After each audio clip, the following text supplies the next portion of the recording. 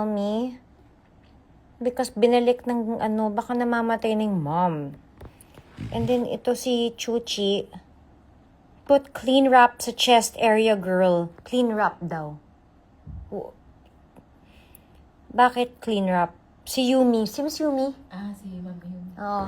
Bakit clean wrap? Put Vaseline on the chest.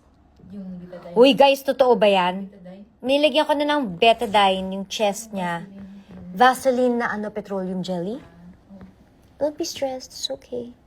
Don't fly. At least they should help and try. Baby boy. Wag ka muna nga Maano si Chloe mo ba? Oo, putang. Paalis na nga yung pusa niya. Nakakapikon eh. Baka lumabad.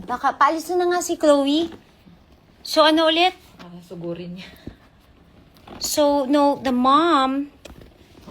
Ay, sorry, anak. The mom has a wound in her chest, so she's bleeding. See, there's betadine in blood. And then the baby is bleeding on the wing, you see. But the vet didn't want. Put gauze to apply pressure to the bleeding area.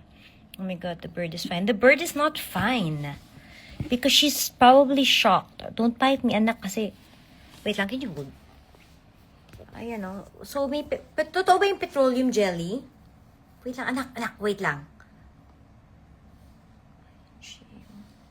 Ayan siya, Kasi para may specialty daw, huwag ka nang ma-stress, anak. So, she's, ayun, sabi? Ayun, may blood siya doon, Is Para it so ma-protect bad? lang daw yung skin. Sabi ni Ma'am Yumi. Wait, wag. Wait, don't go anywhere. Not Vaseline po, okay na po. Ano? Betadine po. Betadine? Okay na yung betadine? Or what? Hey, babies. Are you okay? Guys, no. Huwag ka munang lilipat, anak. Shredded papers? Ha? Yung parang nest. Ano pang sabi? Bactroban po, try nyo. Anong Bactroban? Pain reliever po yata. Hindi yata naman natin pwedeng Hindi i-Bactroban. pwede kasi daw, may sarili silang antibiotic. So, Iba daw sa ibang hayop. So, where do we go? Wala Siguro yung betadine na lang muna, Wala Ma'am. nga uma-accept eh. Anak, huwag ka magpanik kung hindi kita sasaktan. Ano sabi? Betadine it really works for the wound. Gasa, ate, para hindi siya makalipad. Pat. Need gauze or 10 minutes nakapulupot. Ano yun? Yung i-roll daw po. Para hindi dumuro. Para hindi po makalipad. Hindi naman siya lilipad dito lang siya eh. Pero dalhin pa rin natin sa vets in practice. Kasi nasasaktan siya. Ang dami yung dugo kanina. Ito si baby, Na-stress. Yes, yun muna. Betadine. Okay. Ayan, si Nestle, nurse. Sis, ano ba to? Iba naman yun, Mark. Ha? Si Nestle. Nurse yung tao.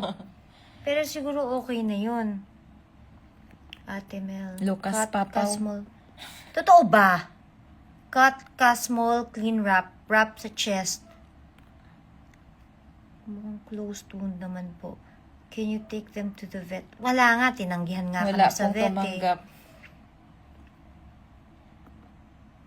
Choti, are you okay? Naging active na nga sila, Ma'am, kumpara kanina eh. So, guys, ano pwede kong pakainin? Do I just put water here? Grease, it's rather spoiled because of the vet is the best. Wala, Vets in Practice offers Avarian pet care. Avarian? Okay, so I guess yun lang. So, saan? Baka si Doc Rocky nga. Tawagan niyo po kayo. Sige. Alright, guys. Thank you for your help. Na-stress na ako. Bye. Thank you. Tanong lang po natin. Tinanong lang namin, pwede po fruits. Nagpo-fruits ba yung Siguro, Ma'am Heart, kasi di ba sa yung sa bundok, yan na naman yung kinakain ng ibon. Kaso lang sa nila, parang bata pa sila eh. Parang yung mom kasi yung Refrain from holding too often. They recover on their own. Fine. Okay, sorry. Go back, go back. Baka ma-stress sila, Ma'am Heart, pag laging Ah, hinahawakan. kasi yun, nakahawak siya sa paa ko eh. Akala niya kahoy ang... Ate, ate. Ayun, nakalipad na nga. Kunin na lang. Si Chloe, baka kunin na naman. Pinaan, Okay. pinalabas.